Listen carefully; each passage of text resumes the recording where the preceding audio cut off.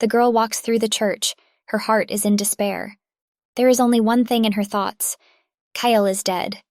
Dark windows and cold walls reflect her longing, and footsteps sound like a sad echo. She walks quietly through the church. Kale was her only reason to exist in this world. Every step she takes is the silence of loss, and every breeze blows through the emptiness left by his departure. The gaze is directed directly. Her thoughts are immersed in memories of Kale, in the eyes of sadness from the loss, and the heart carries a heavy longing for the one who was important to her. After passing through the church, she unexpectedly stumbled. Every step became a test, and stumbling became an invisible line between hope and loss. Falls a moment becomes an eternity in her perception. The body finds its way to the cold floor and the heart to the abyss of loss. In the quiet voice of the church there is an echo of the fall. Lying on the floor, she is aware of an inescapable fact. Kyle was killed. The earth is cold and the heart is even colder. He is lying on the floor looking with tearful red eyes. In her form, pain and sorrow are merged, dancing in the endless darkness of loss. She raised her head. A guess flashed through her mind as to who could have killed Kale. The determination to reveal the mystery and find the culprit is reflected on the face. She clenched her fist, crying, and says that she would rather die herself. All the pain is in this gesture, and in her words there is hopelessness before the loss of Kale. Crying, he turns to God. All fear is reflected in her tears. The desire to give everything just to keep Kale alive fills the darkness of the church with despair. Hestia is a character who has turned into an ordinary girl. Her life blossoms in a world of magic and adventure, and the ordinary turns into the incredible. She looked in the mirror and did not understand who she was and where she was. She became a character that was not in the book at all. Her existence has become a mystery that goes beyond the pages. She entered a room full of gold. Hestia is a girl without a family, but with a huge fortune. Her loneliness is reflected in the room and the shine of gold. He holds coins in his hands and thinks that in novels such characters appear to save, kill, or change the plot of the story. Her decision, it would seem, has an impact on the other world. He holds gold in his hands. In the shine of this precious metal, there is not only wealth, but also mystery, which is hidden in its decisive solutions. Happy with money, the pleasure of wealth shines in her eyes, and joy radiates with every golden moment. Rejoicing with the bag of money, she ran to the bar, where a man with a large scar was sitting. She wanted to buy status from him, using her wealth as a step towards recognition. She thanked him, threw the bag with money in his face. In her gesture there was not only wealth but also power. The money reflected the unbearable price of her determination and uncompromisingness in the pursuit of status. She is happy because she is now a noblewoman, and her husband is happy because he is now rich. In this exchange of wealth and status, both find their happiness. Having bought the status, she went to the ball. Only there should she meet someone special. Gold and noble status will win a new exit. The main character, Diana, has calm pink hair and blue eyes. Her appearance reflects fragility and inner strength. Hestia's heart leapt out of her chest. Oh, the main character, she is beautiful.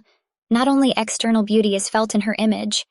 The main character, Helios, is the perfect combination of golden eyes and dark hair.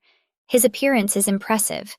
Golden eyes shine like the sun, and dark hair creates a contrast. Hestia was pleased with the writer's choice. The author successfully embodied images, giving a bright and lively character to the story. Satisfied, Hestia can't wait to meet her favorite characters live. It becomes a special moment for her. The silence in the hall is broken by footsteps, and there is another person present. And the mystery increases with each uncertain step. A heartless man. He sometimes makes stupid decisions to achieve his goals, but at the same time Hestia considers him the best. His coldness and determination create the impression of authority. A handsome man you won't find anywhere else, Hestia thought. His innate attractiveness becomes the decisive element. The main character, Kalis, is a mysterious figure who merges strength and vulnerability. His name carries the fire of will. He was Hestia's favorite, and it drove her crazy. His presence revealed new dimensions of her feelings. Depicted Helios. Diana and Kalis create a triad of unpredictable feelings. Helios with golden eyes, Diana with pink hair and blue eyes, and Kalis, mysterious and alluring. This trio is like a picture, but Kale stands out from all of them. He is the best in Hestia's thoughts. His image is like a magnet that attracts attention. Hestia thought about the fact that she would hardly be able to say hello. Thoughts sound prudence and awareness that these virtual images may remain too distant from reality. This new reality has brought with it unexpected circumstances, but the opportunity to see and rejoice in their presence is already a great gift. He thinks about whether she is superfluous in this world or not. In the depths of her thoughts, there may be a feeling of uncertainty and a need to find her place in the world. Diana had the power to heal others.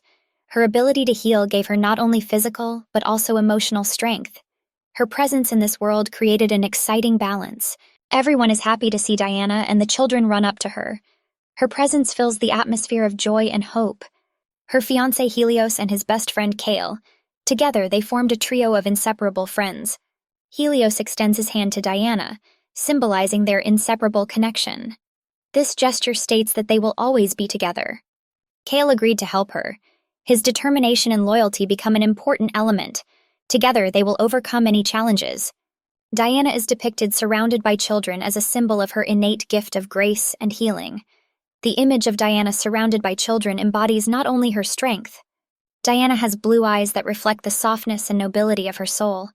This eye color can be a symbol of purity, devotion, and boundless tenderness. Standing with Helios and Kale against a clear sky, three friends feel lightness and freedom. And this novel cannot do without bad characters, namely Duke Orcus and his daughter Retona. Their dark images bring an element of tension and mystery to the story. The former Retona dreamed of marrying Helios and becoming an empress.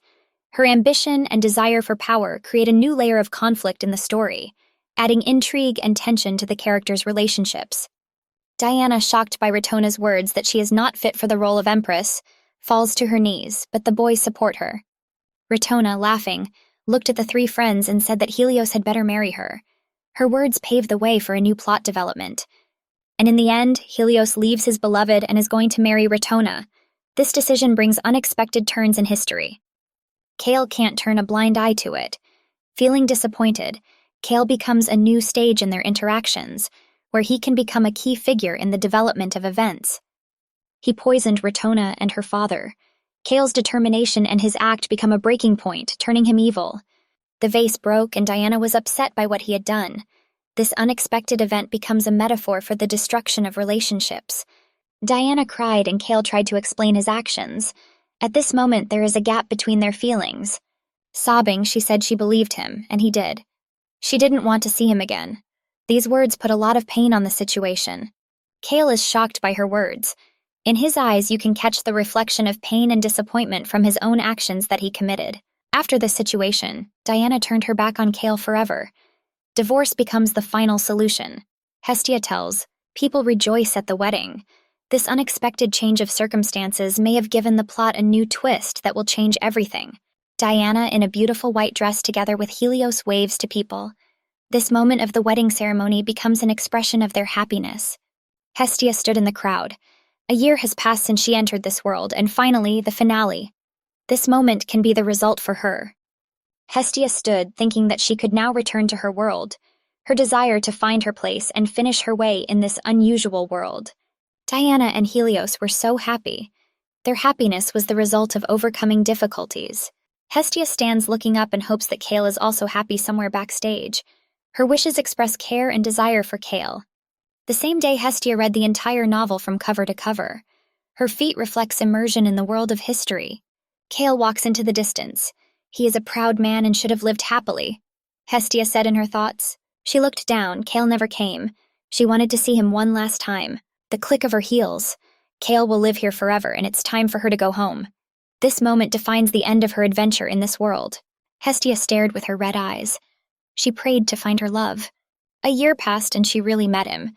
Kale, who at that time was in great danger. They met in the forest.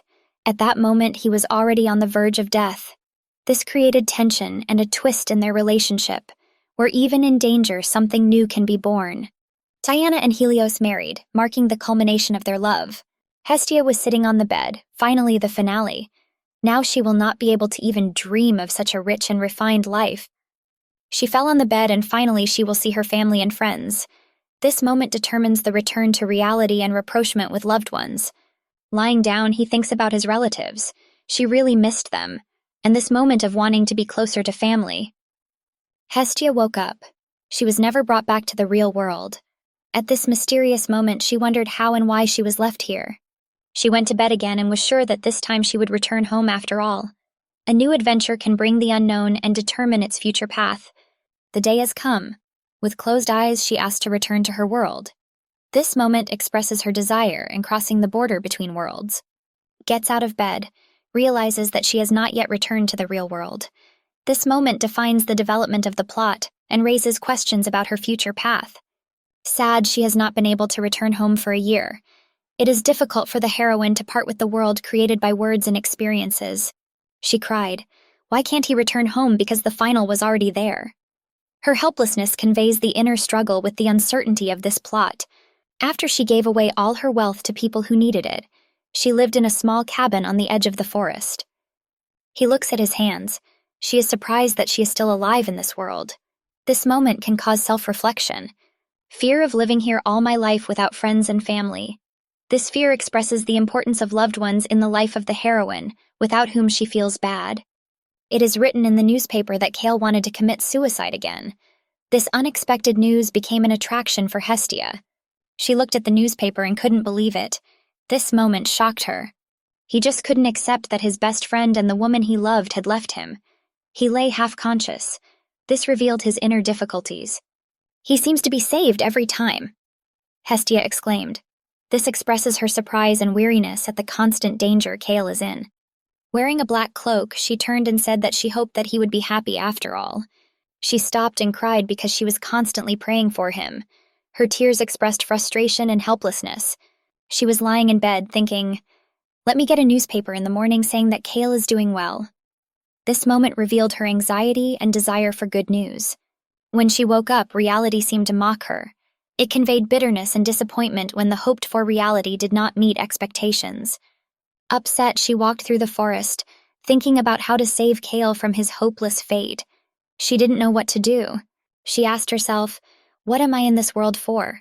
It expressed her search for meaning and struggle with her own uncertainty in this world. She fell to her knees. She asked herself what these tests were for. This moment conveyed her inner conflict and desire to find answers. She cried. She wanted to disappear from this world. Her hopelessness and desire to escape expressed a deep emotional state. She heard a branch break under someone's feet. The sound caused tension, heightening her state of vulnerability in the forest. She sat on her lap until she saw Kale. This unexpected meeting caused not only joy and relief, but also surprise. Kale was standing in front of her. The moment evoked mixed emotions and the possible hope for a happy ending. She couldn't believe it. She thought it was a dream. Kale was standing in front of her on a clear lawn. This unexpected turn created a sense of wonder. He turned around and she shouted after him to wait. That caused tension and interest in the further development of the plot. Hearing her words, he stopped and stood motionless for several seconds. He returned and said angrily, "What do you want?" His unexpected reaction is a possible conflict between them. "This is not a dream," Hestia said. Kale listened to voices coming from another part of the forest, which indicated some kind of threat. Before she could say his name, he covered her mouth with his hand. This gesture created tension and increased the intrigue. The servant and several knights searched for him throughout the forest. They could not believe that he had escaped. They walked through the forest, shouting his name. By creating an atmosphere of search, it indicates the importance of his role in the events. He covered her mouth with his hand and hid with her behind a tree. Hestia couldn't believe it. They stood like that for several minutes, until the knights and the servant went to search further. A moment that created tension and strengthened the atmosphere. He apologized to Hestia, but she was glad to stand in his arms all the time. This moment conveys harmony. She asked if she could help because someone was looking for him. In her heart, she just wanted to be near him, to feel his warmth and harmony. Hestia led him into her little house, told him that guests rarely come because of the tangled paths. There was a cozy atmosphere here. After apologizing to her, he received an answer that everything was fine. Hestia was only glad to receive him at my home. Deep thinking means internal conflicts or important decisions. This moment indicates a possible turn of events and emotional development. Kale sat in the chair while Hestia thought about him. Not long ago she was rich and ignored him, and now he is sitting right in front of her. She approached him and asked what he was doing in the forest. This question expresses her curiosity and desire to find out the circumstances of his presence. He looked at her while she said that if he didn't want to, he could not answer her questions. A tense situation in the hut is possible and emphasizes the importance of his answer. Hestia stood motionless. She wanted to disappear from this world so that no one would ever find her. She stood with a surprised expression on her face when Kale said that she had something to say. Living alone in the forest, Hestia didn't know how to act in such a situation. "I was standing next to him. His words even touched me a little," says Hestia. She told him that for some reason she could not return to her country to her relatives, and this upset her a lot. Surprised, Kale turned his head, indicating that this is unexpected for him. It may lead to further questions or reactions. He looked down, thought about it. How is this possible, and what is happening in general? "In this we are alike," Kale said in the hut, his voice flowing through the silence, which actually revealed the commonality of their hearts, capable of withstanding the cruel tests of fate. "Dear people have turned away from me, and I can't go back to my normal life," said Kale, feeling hopeless on his way. "Even death would be better than a life like mine," said Kale. Hestia replied, "There is no need to do this. There is always a way out. You are stronger than me, because you are able to say such things," Kale said, acknowledging the strength of Hestia in her words. Almost crying, she stands in front of him, conveying her feelings through a speechless expression. "My Kale is cold, strong, and seems to be different. Is it really him?" Hestia said thoughtfully, amazed at the changes. She stood over him, wondering if he was eating at all, with heartfelt concern for him. Standing with her back to him, Hestia says, "Although he is a minor character in the novel, he is still my favorite." Hestia's hair flutters in the wind as she mourns again, weighing down her heart with a sad mood. Quickly gathering herself, she ran off, telling Kale to wait, leaving him to wait. Kale was sitting thoughtfully in her hut when she ran out somewhere.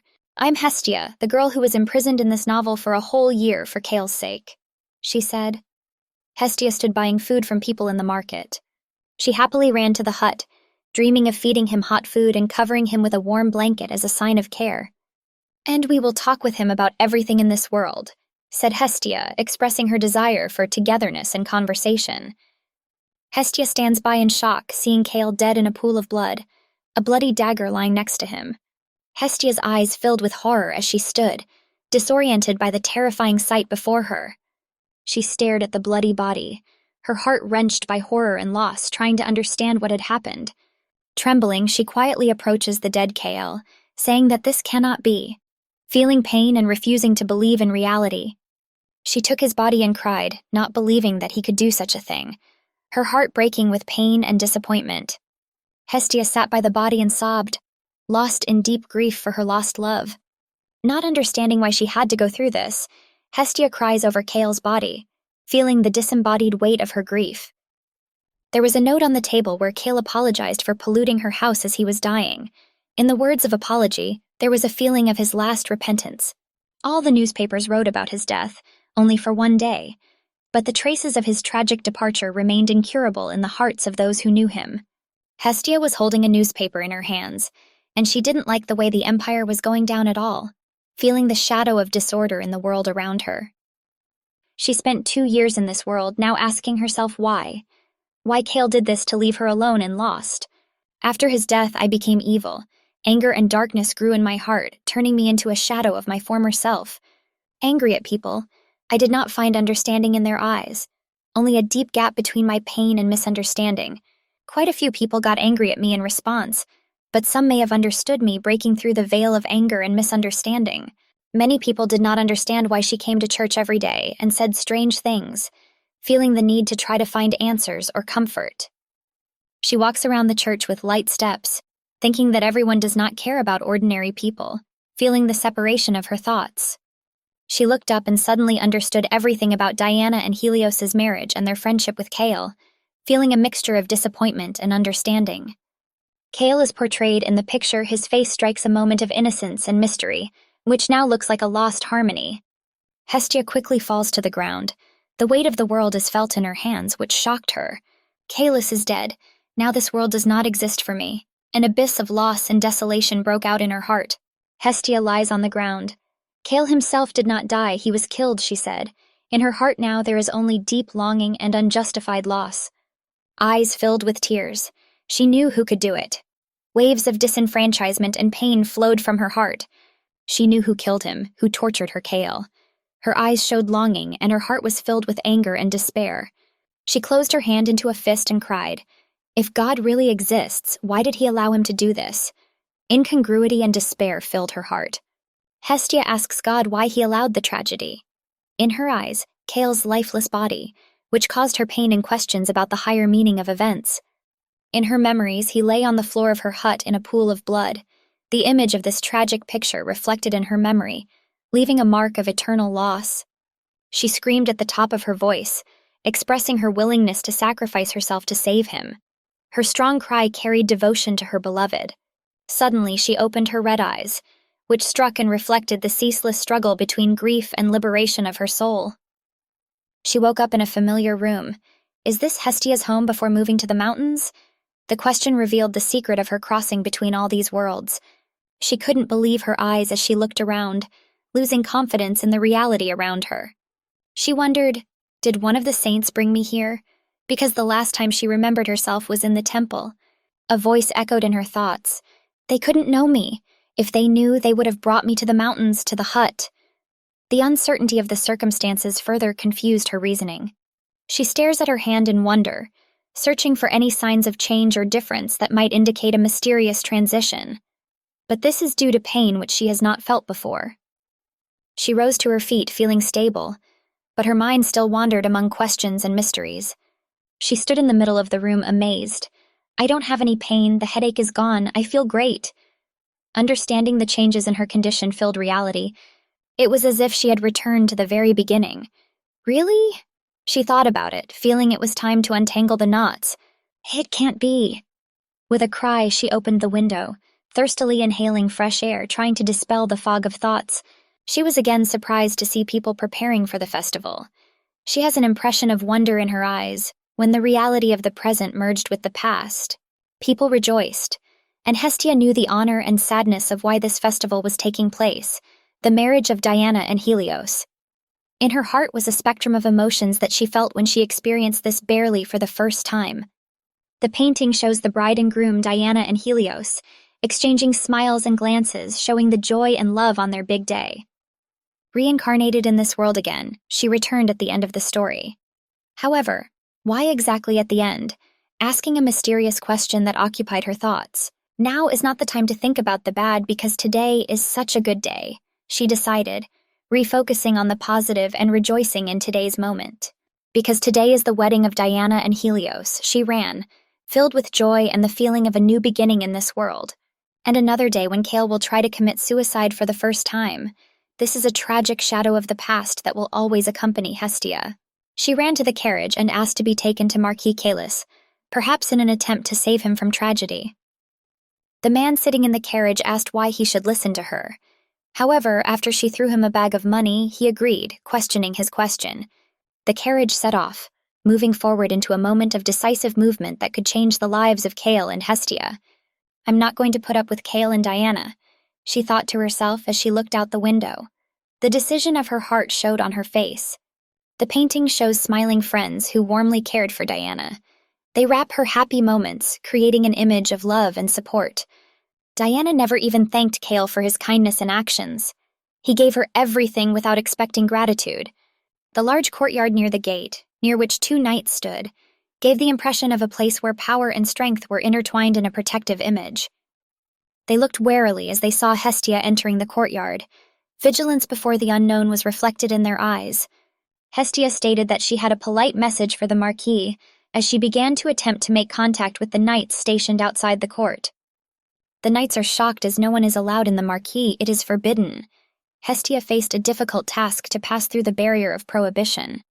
Hestia then resorted to lying, saying that in their country, Saint Diana was behind the knights, hoping that this would open her way to the Marquis. When they turned around, she ran to Kale, apologizing to the knights for her lie, which was only to get to the Marquis.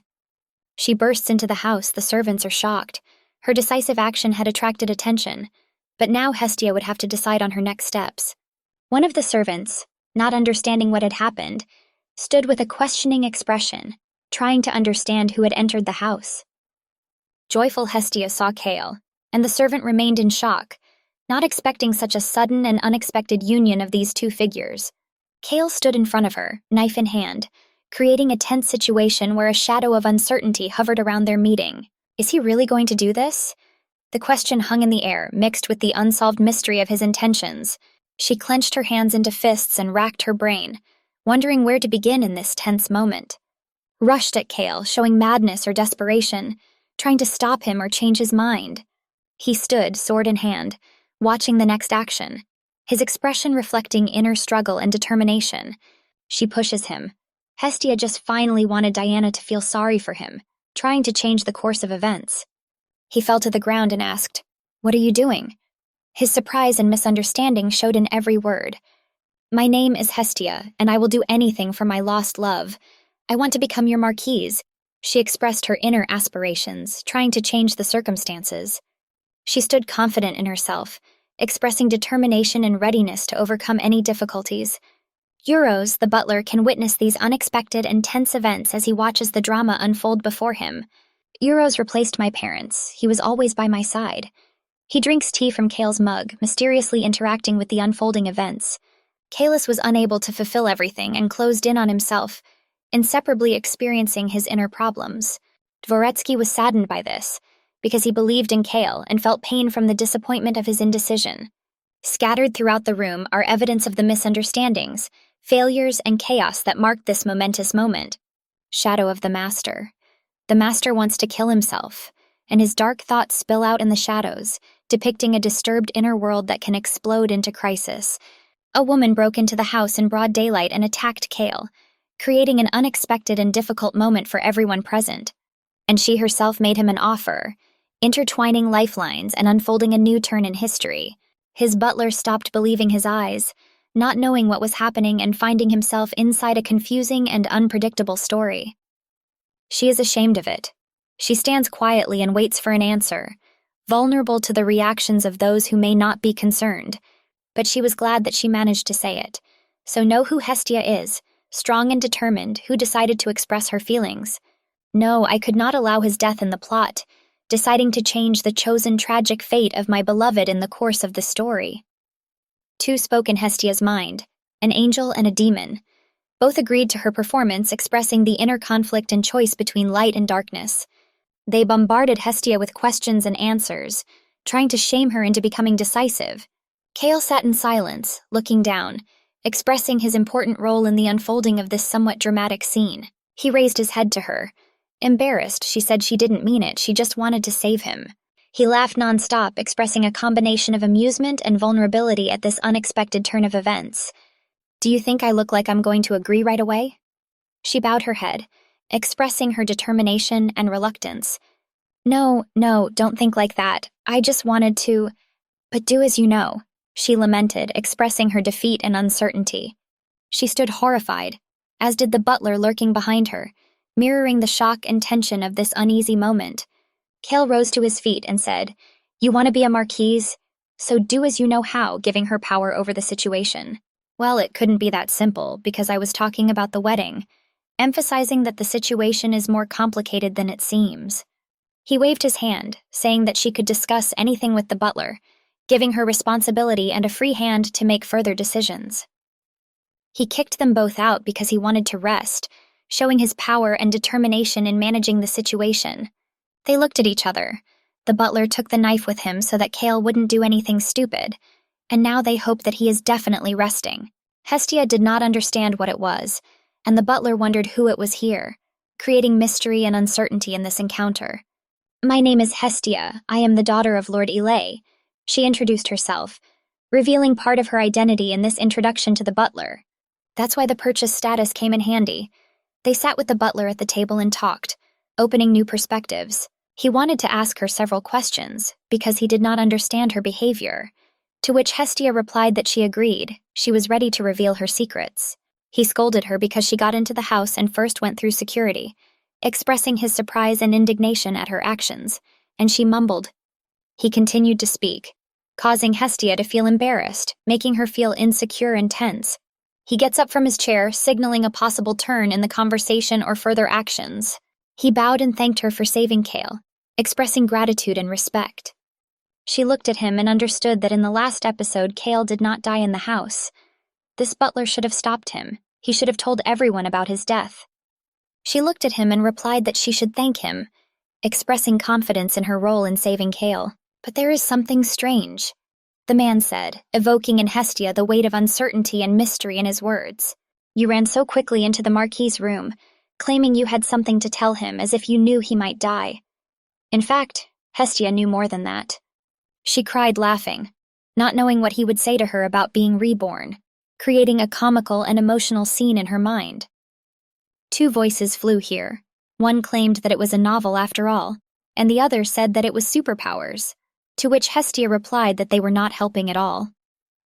The man stood motionless. All the more so now you are a bright voice in Kale's life, noted his presence in the events of Hestia. From now on, Hestia became an important character in the novel, shouting that she could see the future, making her role even more mysterious and significant.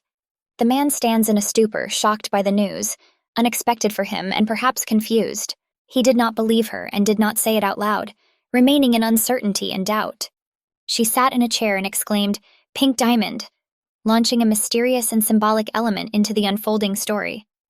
The Marquis recently gave you the pink diamond to give to Diana, giving her the powers of a saint. Your attempt to deliver the stone to Diana failed, and it now lies in the Marquis's room, leaving the man stunned.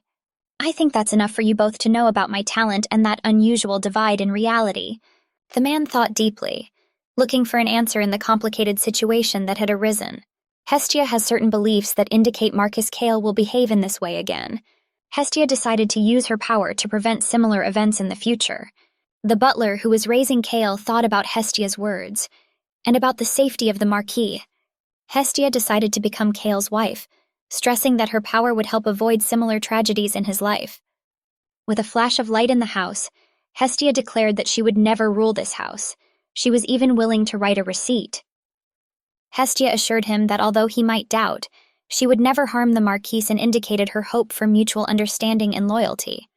The man, after thinking, realized that Hestia's answer was a promise of cooperation and mutual understanding, and decided to accept this compromise, but more on that later. Hestia understands that events can develop unpredictably, and she decides to be ready for any turn of the plot. Hestia, with a smile on her face, suggested that her husband speak with the Marquis tomorrow, ready for new turns in history.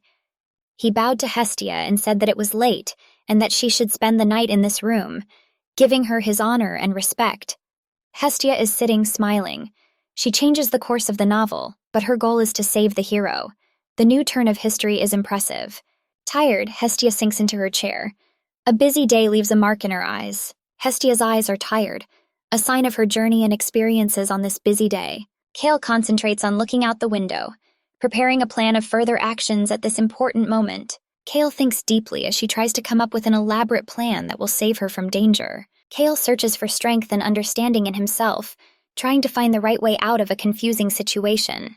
Distraught, Kale turns to Diana, hoping for her advice and support at this difficult time.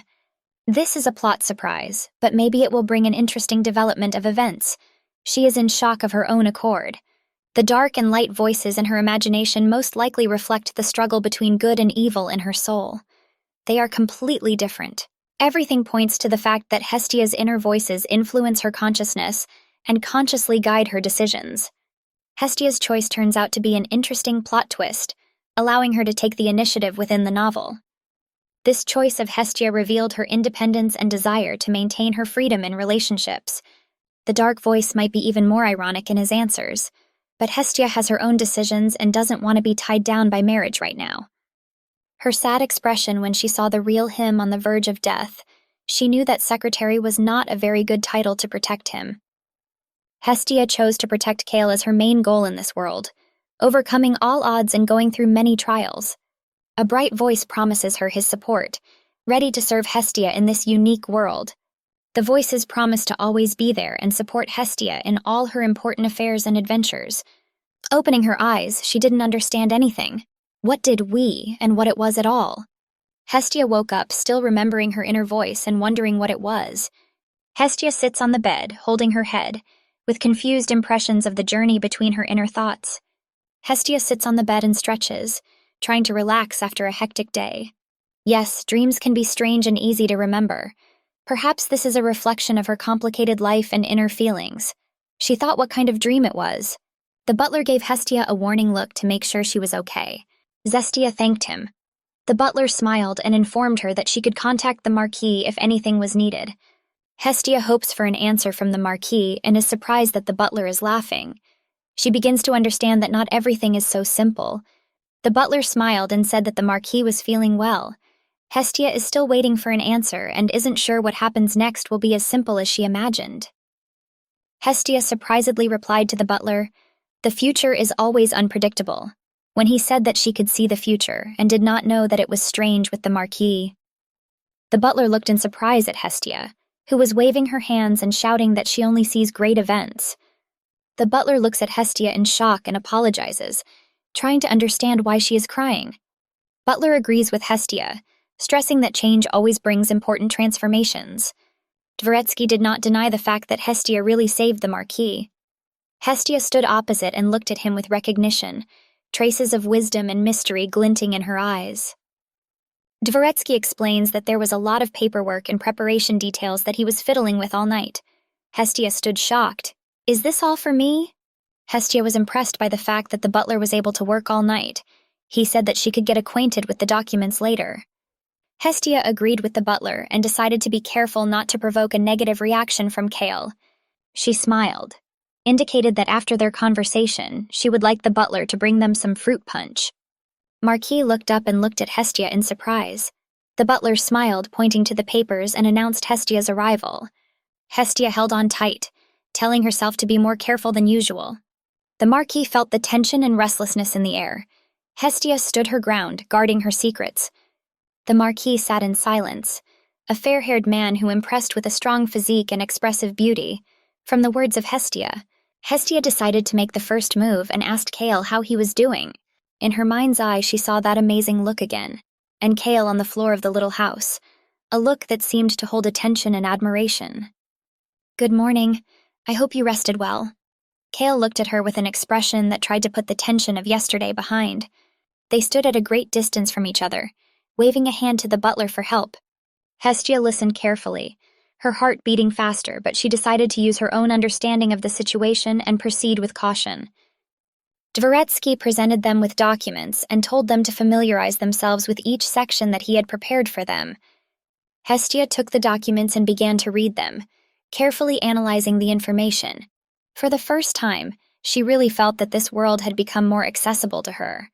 Are there any special duties that come with the new status? Everything was clearly stated in the documents, which Hestia liked. She became a full-fledged Marquise. Euros. The butler looks at Hestia with impatience, waiting for her reaction to the new status and duties of the Marquise. Hestia looked at him and exclaimed that she did not need status and property. Uros Dvoretsky was surprised by her refusal of status and property, but decided to respect her decision. Hestia heard Euros the butler's reply and smiled as well, feeling calm. They continued to work together on documents and plans for the future. Kale bent down to sign the marriage document with Hestia. The butler was surprised because he did not have time to finish his sentence. Kale puts his signature on the marriage document without even thinking about whether he really needs it. He signed the document. Euros and Hestia exchanged questioning glances, creating a story of interaction between the characters that will soon reveal the secret of Kale's signature. Kale replied that he didn't care as long as they were quiet now.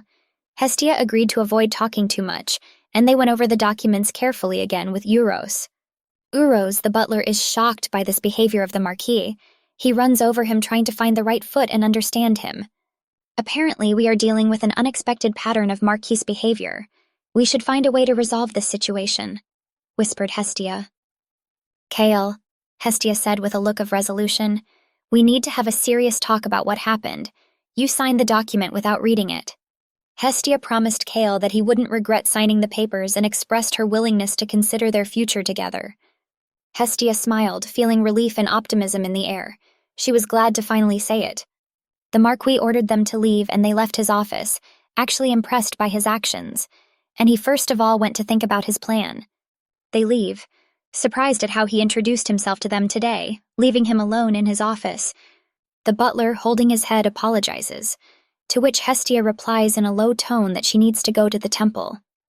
Hestia lowered her gaze and smiled, perhaps thinking of something pleasant, while the butler wondered why she was in the temple. Hestia said that she had to return something to the Marquis and went forward without looking at what was behind her.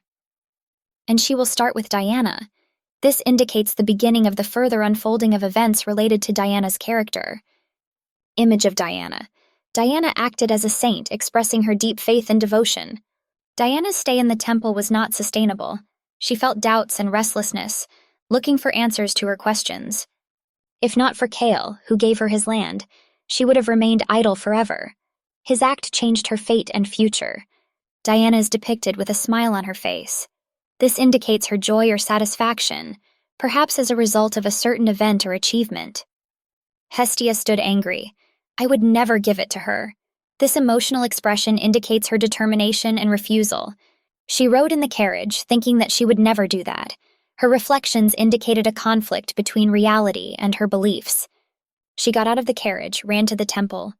Hestia intended to tell Diana all that Kale had done for her, hoping for feedback. Hestia is depicted wanting Diana to feel everything Kale feels. This indicates her desire to convey her emotions and experiences. Someone runs up to the carriage from which she got out, shouting for them to wait. A mysterious figure emerges from the shadows. The boy, who was overjoyed to hear of the arrival of the Marquis's carriage, ran at once. His face expressed joy and excitement.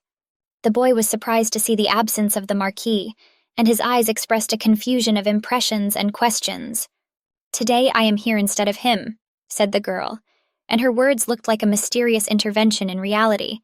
I am the Marquis's wife. My name is Hestia, she said, smiling. Her words sounded like an opening in a new chapter of her life.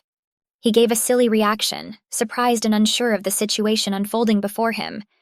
The boy said that no one should lie, especially when it comes to Kale and his feelings for Diana, which he can't forget. Hestia soon slipped past the arrogant boy, ignoring his words and himself. He disappointed her. Hestia responded to the boy's shout by stating that she didn't talk to jerks like him, and she had an important meeting to attend. With an unpleasant expression on his face, he received a bag of gold on the cheek before he could say the last word. A bag of gold flew into the air, showing determination and refusal to associate with an unpleasant person. The boy's eyes were glowing. The gold coins seemed to freeze in the air, making this moment simply incredible. And now he was rich. The rest of the affairs almost did not bypass him. She turned the coins between her fingers, played with them, and then she exclaimed that she wanted to meet the priest. The guy said that of course he would show her the way. In front of her sat a man who seemed very happy to meet them. He spoke in a rather calm tone. She sat with a stony face, not even moving. I need a high priestess who can deliver my message, Hestia called out. The man who was sitting across from her said that he also has a fairly high rating and is ready to listen to her. If only it were so, Hestia whispered. He asks why this lying woman introduced herself as the Marquis's wife. Hestia declares that they are married today and pulls out a paper folded in two. Lowering her gaze to the bottom, she hands the paper to that boy. Taking the document in his hands, he reread it again and again. Is it true and the seals seem real? He muttered. He handed the piece of paper to another guy standing next to him to check. He said he didn't believe her. His reflection in a cup of tea asking the so-called Marquise why she decided to come here. There was confidence in her voice, but there was also a tremor in her voice. If it's about the donation, then I am. Hestia didn't finish that sentence. Yes, of course, I remembered. I came here to return my land, which was once given to you by my husband.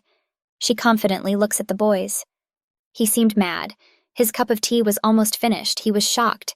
And Hestia seemed somewhat angry. He shouted at the top of his voice, how dare she say such things? Hestia sat calmly and drank her tea, answering all his questions with only the word yes. This land was no joke for her. Once upon a time, the Marquis gave this land to the girl who is now the wife of Prince Helios, and as for me, I have every right to return it. The guy resentfully denied everything she said, but the main thing for her was that she said what she had long dreamed of saying. She looked at him with her eyes and said that they were completely blinded by greed, and they gave part of the temple to Diana, and after that you began to fear the wrath of Marquis Kael. It's not for you to make jokes like you do, Hestia said, happily dancing like a duck in her imagination. The boy got up and declared that he could not and had no right to talk about such things with her. It was forbidden. His cup of tea remained on the table. He did not even touch it. Hestia is thoughtful, sitting at the table, watching how both boys ran without looking at each other's feet. Flowers and flowers again, and light that rolls in a circle on the exquisite walls. My words must have worked, they ran so fast, she muttered. She thought about what would happen if it didn't work. She would have to threaten Diana, who was glad that it didn't come to that yet. Sitting on the chair, she thinks when the high priest will come, to whom she will really be able to tell everything. Now she is very tired, but waiting for a meeting. A fair-haired man appeared behind her, looking directly into her eyes and she into his. He apologized for making her wait so long. She looked at him, not understanding who he was. Was it the high priest, she thought to herself, continuing to look directly into his eyes. A man with a pale face and golden eyes said, "Yes, it's me. Once again, I'm sorry for the misunderstanding. Can we discuss your coming here?" They checked all the documents of the Marquis. "I hope my children didn't talk nonsense to you while I was not here," he asked Hestia. He easily sits down in the chair opposite Hestia and asks her why she came all the way here because the road is long and dark. She again claims that this land belongs to Marquis Kale and she would like to return it. To which the high priest replied that it was impossible, and he was sorry that she had traveled so long for this. Confused by the news, the man replies that it's impossible. They really can't give them the land back. Hestia sat and looked at him with her firm gaze that expressed self-confidence and her desire to reclaim the land. The man began to tell that the Marquis knew that after giving half of the land to Diana, it would not be hers, but would belong to the temple, and now it cannot be returned. She clutched her dress with her hands, and there was only one thing in her mind, not to look like she was upset about something or something else. Her look reflected anger and self-confidence. She knew that she would be able to win back part of this land from her. The man smiled sincerely at her. He was sure that she would not be able to take her land back, because it did not belong to them, nor to Diana. His tired eyes fell, seeking rest in the darkness of this once evil world. Really, a thief who used a marquis to save her status and position, and a temple who used him for their own gain. What do you think of that? Asked Hestia. Oh, you can make a great newspaper article out of this. Don't you mind if it's on the front page of all the newspapers tomorrow? Hestia shouted happily. She looked at him with her sharp, confident gaze and asked again if he really wanted it. Addressing him like this several times, she noticed how his face and behavior changed. He clenched his fists and didn't know what to say to that. The archpriest finally responded with a simple but significant appeal for her. "Dear Marquise, you don't need to get so excited right away," he said. Shocked by this news, the high priest could not imagine this. His thoughts were confused in his head, and he was not even allowed to speak. "You're all right because you don't look very good. My God, the temple doesn't do anything for its own benefit. It's very strange," Hestia said. He closed his fist on the table. He could barely contain all his emotions because he didn't want to express them. This made Hestia laugh. She began to joke on this topic. Oh, what if the prince's wife is not his wife at all, but the faithful dog of the clergy? She really thought about it and asked the high priest if it could be true with a smile on her face. What will happen if everyone finds out that some peasant woman became his wife? There will probably be a big scandal. The man looked at her intently.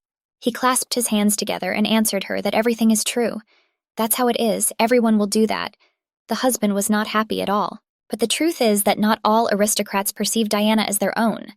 Some do not even look in her direction. The angry man blurts out that it is unbecoming to say such things with such a status as Hestia's. She smiled at him and said again, "If you don't give me my land, I will keep saying this. Or, as I wanted from the beginning, I will go to the emperor and tell him everything myself, and then you will already be forced to give me my land," she said happily, The man became even more angry. This time he stood up and shouted back that she has no evidence to definitely take the land back. Hestia stood up in response and nodded her head with a smile, asking if he was sure about that. After all, she had all the authority to return. She looked at him again with her eyes that were striking with curiosity and confidence. She asked him again, "Are you sure that I don't have evidence?" He looked at her with his golden eyes filled with fear. Not knowing what to say to her, he was really scared. The picture shows Hestia trying to stop the fleeing high priest. "Where are you standing?" She could tell him a lot more. He stood next to his children and talked with them about this incident. He was struck by the fact that she did not give up. She finished her tea and thought about the evidence that could prove that the land still belonged entirely to Kale, and not to the temple. She kept everyone on the hook. She only had to bluff, nothing else, and the temple itself would give up and not be able to do anything. Hestia stood and thought to seal what had been done, because they had completely fallen into her trap. She said that she is sorry that they do not understand how she takes care of everything. She pounced on the high priest, took his hands, and with a smile asked if he understood what she meant by guardianship. His gaze lowered, he shouted, "Marquis!" The man finally broke down in front of Hestia. He approached her in the shelter and took her hands. He began to speak, allowing her to take the earth back. The butler finally calmed down. He couldn't find a place for himself after Hestia's departure. He was worried about her. Maybe something could happen on the way. "Finally, Miss Hestia, you are back. You arrived quite late. What were you doing in the temple?" Euros asked the question. "How about you?" "I got it. It turned out to be a difficult day. She had never had so much fun from her heart as today, bluffing those boys and the high priest, or simply taking the land." The butler froze in shock. Did she manage to return their land? He could no longer contain his emotions. They danced, they had fun. Hestia told him about the high priest. If only Euros had seen his face then, he would have burst out laughing. Kale looks out the window as Euros and Hestia rejoice at the return of their land. It seemed that he was upset about something, because he was looking into the distance. Euros did not stop praising Hestia. His attitude towards her changed every day, and it got better and better. Hestia notices Kale in the window, who quickly turned away. She thinks for a few seconds about what he has planned there, and then turns to Euros. Euros said happily, "Yes, why don't you go and tell Kale the news? I'm sure he'll be glad to hear it and see you too. After all, it's all of you. If it weren't for you, we would never have taken our land back." Euros said in a joyful tone. "Even when he's sad, he's still handsome," Hestia said. "I don't think it's a good idea to rush into him so suddenly because he's not used to me yet." He led her to her bedroom and said that she would be helped by a maid whom he would now call, wishing her a good rest and sleep.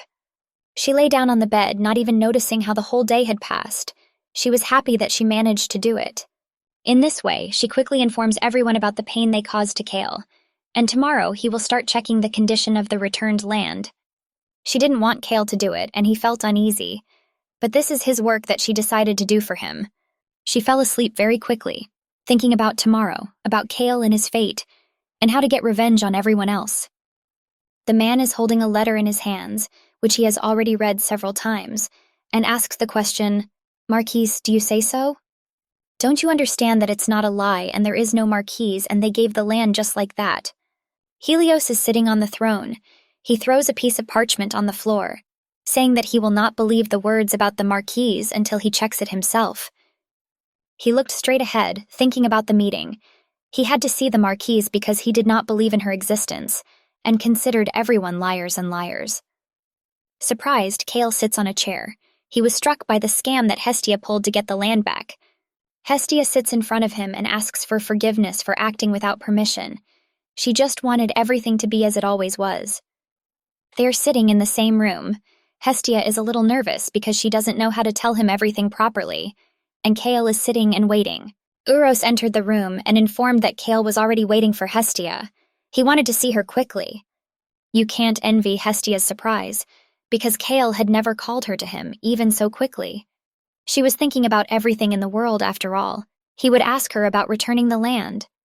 Hestia asked Kale a question. "I'm going to be kicked out now, am I not, Kale?" He is amazed at this turn of events, pausing. "So your name is Hestia, right?" He paused again, as if wondering what else was missing from this sentence. He was looking straight at her, waiting for an answer to his question. While Hestia thought about what to answer, he was lost in his thoughts. In response, she looked into his eyes with her defenseless gaze, already forgetting what question he was asking her, and what else she had to answer. "Is Kale just looking at me? I'm so happy. This really happened to me. Oh God, oh God." Hestia's thoughts. When she came to her senses, she answered all the questions at once, and she herself was already confused in them. Shocked, Kale sat in front of her and just watched. They are sitting so close to each other, and he is reading her newspaper that she gave him. Hestia is happy, and Kale doesn't understand what is wrong with her. Sitting in a chair, carefully reading a newspaper, it seems that something in it still interested him. It is strange as possible. It is difficult to interest him, especially in such things. He called out her name. "Hestia?" She responded, and listened intently to Kale, who was wondering what else to say to her. She looked at him, thinking what question he would ask her and what she would have to answer. Sinking into her thoughts, she left the mark of her gaze on Kale's eyes. When she came to her senses, she tried to ask him something, but she forgot while looking at him. For a long time they looked into each other's eyes, without words, only thoughts that suggested to them various questions and answers to them, which they did not expect to receive in their own thoughts. She tried to say a word, but she couldn't because she got lost in her words when she felt Kale's eyes on her. With fire in her eyes, she got up from her chair and shouted that she hated Prince Helios with all her heart. She simply could not stand him. She looked at him burning with anger. Because she was telling the truth, he in turn looked at her with a calm look. Hestia stood with her hand on her chest and said firmly that she wants to rid him of thoughts of death. Their conversation was long. The Marquis asked, where did Prince Helios and Diana cross her path? To which Hestia replied that, not to her, but to you. Hestia only wanted Prince Helios and Diana to regret their choice. Hestia stood there. She was emotionally telling what she wanted it for, and that was all she really needed, as she affirmed. Kale thought about her story, and was just waiting for the right moment to answer her. He sits and looks down, drowning in a series of memories of Helios and Diana. It seems that he did not even think about what he should answer. The butler respectfully drew Kale's attention to Hestia, saying that she was a seer and could see the future. Kale is confused. What seer? What are you talking about? It seemed to him that the conversation had lost touch with reality. Kale is sitting on the bed reading the letter, and his butler Euros is standing next to him, doubting the veracity of what he wrote. Euros informed Kale that Marquise Hestia had tried to save him from death, and had information about the pink diamond. This is impressive. She even gave up the property. The permit was specified in the document, without a corresponding contract, Euros noted. Yes, it seems that Hestia really cares about you. She has shown herself to be loyal and interested in your fate. Hestia hopes that Kale will take her care seriously and understand her true intentions, because she wants to save him from his fate. He asked Hestia if there was another reason why she chose him, but Hestia's heart was full of sadness. She was sad. She sat, looking deeply into the distant distance, thinking how to answer him and not reveal all the cards at once. Upset, she crammed the word into herself, realizing that probably everything would stay that way. Her sharp reaction is impressive. You don't like what I'm doing? A sharp question hangs in the air, waiting for an answer that can determine her future mood. If I really don't like it, I'll sign the divorce papers and leave this house, she said, waiting for a reaction, her words hanging in the air over Kale, tensely waiting. They sat and thought, the possibility that Kale might not agree. If he really doesn't like it, then I may have to back off. He opened his mouth and exhaled, having absolutely nothing in mind to say to her. And then he said that Helios had already sent them a letter revealing the contents of the message and causing general interest. Hestia sits quietly as Kale addresses her, saying that what she started must be finished. She looks at him in surprise after the words he said. For her to do what she thinks is right. So you're going to turn a blind eye to me doing this? Hestia exclaimed. Hestia nobly promised to return after meeting the prince. There was confidence and mystery in her words. All I need is a document that I show to Helios that clearly states that I am not an imposter. She expressed her sincere thanks after Kalis personally wrote a letter to Prince Helios, stating that Hestia was indeed his wife. He ordered her to go. After leaving, she remained standing by the door of his room and thought about her new plan. Euros the butler quickly ran up to her, perhaps carrying important messages or carrying out instructions. He looks worried. His appearance indicates possible worries or unforeseen circumstances. She ordered Euros to calm down and informed her that now she had to go somewhere. Surprised, Euros asked, "And where are you going?" She looked at him and melodiously answered that she was going to see the crown prince, giving her words a special tone of sophistication. He answered her in the same serious tone, promising that everything would be ready and expressing confidence in his abilities. Hey, listen up, everyone. Our mistress is going to meet the prince. We need to get her ready, the leader announced, raising the general level of attention and responsibility. The maids were amazed, realizing that they would have to fulfill their duties at the highest level for the hostess. They began to ask many questions, asking if the hostess would see Diana and other such details, showing vigilance and curiosity. The mistress was amazed at the behavior of the maids, especially when Euros left to prepare the entire crew. It left a good impression. A surprised Hestia is depicted in a charming purple dress, expressing elegance and unexpected impressions. Hestia is amazed that they made her so beautiful, expressing her thanks and admiration for her new look. She looked in the mirror, observing her appearance, while the maids expressed their joy that they had succeeded in their task. The maids rejoiced and urged her not to give up, to continue doing everything as she had done when she had returned their land. Hestia was glad that they trusted her. Now she became the favorite, not Diana, feeling a great responsibility before her duties. In Hestia's thoughts, I should be on his level because he, Kale, is the most handsome man here.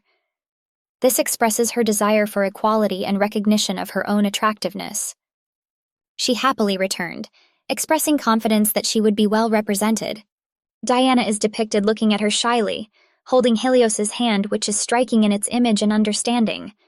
She was surprised to see her, and now I must lose, Hestia said as she reflected on the new situation.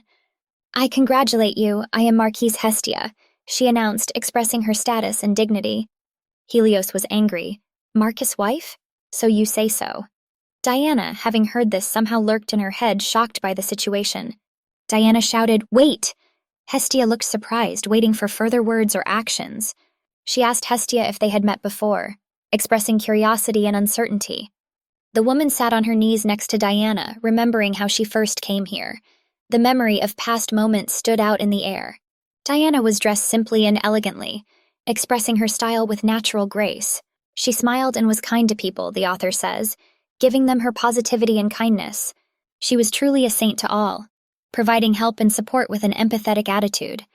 Is the main character really different? How can you not love her? Said Hestia in her thoughts, expressing admiration and surprise at the image of the main character. Hestia looked at Diana with a warm look, expressing her friendly attitude towards her. Now this girl has become a saint. She goes in luxurious dresses and only in luxurious places, together with her husband, Helios, the crown prince. Oh, sorry, you must have mistaken me for someone else, Hestia said, expressing uncertainty or misunderstanding. Oh, I don't even know, Hestia said again with a sly face, expressing her surprise or interest. The three of them are sitting in a large room discussing possible next steps or just enjoying the time. Here is the marriage document as well as a personal letter from the Marquis for you, said Hestia, handing over documents with important messages. The Marquis said that this letter will be enough for you, Hestia said, showing confidence in the importance of the information conveyed. A shocked Diana saw his handwriting, and it was obvious that she was going to cry now, expressing her impression of the information she had received. She looked at the letter, and each of her thoughts darkened somewhere, striking the depth of her feelings. They did not understand how Kale could get married so quickly, which caused surprise and uncertainty among those present. Diana is right. Kale is not one to make such decisions so quickly, Helios said, expressing his surprise and possible doubts. But is it true? She arrived in his carriage, and the documents are valid, Helios admits, suggesting that the situation may be real. Kyle really married this girl, thought Helios, feeling a mixture of impressions and possible surprise. Ho, ho, ho, he understood everything. What will happen now? Said Hestia, showing a certain smile or interest in the future development of events. Society. You can see everything at once on your faces, if it weren't hard to accept the fact that I am his wife, Hestia announced, expressing her observations and recognition of the difficulties in getting involved in the new reality. Even if you are a marquis, so what? Uttered Helios, expressing possible ambivalence or reflection on her status. Helios sat angry, expressing his disapproval of Hestia for stealing the land. What kind of thefts are you talking about? Hestia asked with an expression of disbelief and surprise. Hestia and Helios talk about the land, expressing their views and opinions on possible conflicts or misunderstandings. Upset by this, Diana expresses her frustration or possible discomfort with the situation being discussed. Hestia disagrees with Diana, who approaches her, expressing her position or disagreement with her thoughts. Diana is shocked by Hestia's words, as she uses the power she received only for the imperial family, and expresses her disappointment and indignation. Looking with red eyes, Hestia expresses her anger or emotional stress from the situation.